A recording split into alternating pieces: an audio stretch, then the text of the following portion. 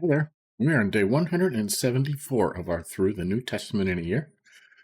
Today we're beginning chapter 7, but we have to recap because it starts right in the middle. Remember when these were originally written, they were not broken up into chapters and verses. They were just long scrolls. And we will jump down here. Okay, they seize Stephen, okay? Some questions and gazing at him, all who sat in the council saw that his face was like the face of an angel, accusing him of all kinds of stuff he didn't do, right? So, this is the first part of 7. And this is probably the best sermon. Besides the Sermon on the Mount, this is probably the best sermon in the Bible. And the high priest said, "Are these things so?" And Stephen said, "There you go. Brothers and fathers, hear me. The glory of God appeared to our father Abraham when he was in Mesopotamia, before he lived in Haran, and said to him, 'Go out from your land and from your kindred and go into the land I will show you.' Then he went out from the land of the Chaldeans and lived in Haran, and after this his father died. God removed him from there into this land which you are now living. Yet he gave him no inheritance in it, not even a foot's length, but promised to give it to him as a possession and to his offspring after him, though he had no child. And God spoke to this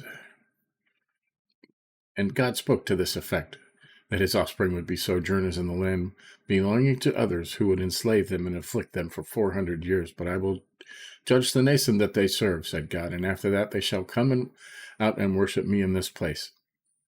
And he gave him the covenant of circumcision. And so Abraham became the father of Isaac, and circumcised him on the 8th day. And Isaac became the father of Jacob, and Jacob of the 12 patriarchs. And the patriarchs, jealous of Joseph, sold him into Egypt, but God was with him and rescued him out of all his afflictions, and gave him favor and wisdom before Pharaoh, king of Egypt, who made him ruler over Egypt and over all his household. Now there came a famine throughout all of Egypt and Canaan, and great affliction, and our fathers could find no food. But when Jacob heard that there was grain in Egypt, he sent out our fathers on their first visit. And on the second visit, Joseph made himself known to his brothers, and Joseph's family became known to Pharaoh. And Joseph sent and summoned Jacob, his father, and all his kindred, 75 persons in all. And Jacob went down into Egypt, and he died, he and our fathers.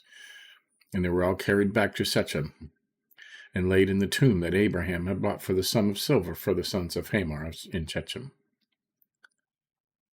But as the time of the promise drew near, which God had granted to Abraham, the people increased and multiplied in Egypt until they arose over Egypt another king who did not know Joseph.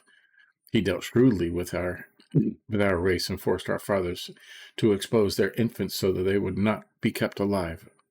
At this time Moses was born, and he was beautiful in God's sight, and he was brought up for 3 months in his father's house. And when he was exposed, Pharaoh's daughter adopted him and brought him up as her own son. Okay, that's the half. If you want a really good synopsis of the Old Testament from Abraham, there you go. Like the Cliff Notes version. Okay, so that's today, and he's going to continue tomorrow. Okay, Moses instructed all the wisdom of Egypt, and he was mighty in his words and deeds. Okay, and it'll continue. Okay, and chapter 7 is probably one of the best chapters if you want to know a nice compact version of biblical history.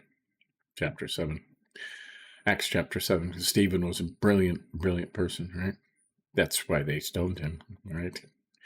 He knew too much. So there you go. That's day 174. We'll just continue doing this, right? Catch up with any you may have missed. You want to stay up with what we're doing. And give us a like if you think about it. And tomorrow we'll continue. See you then.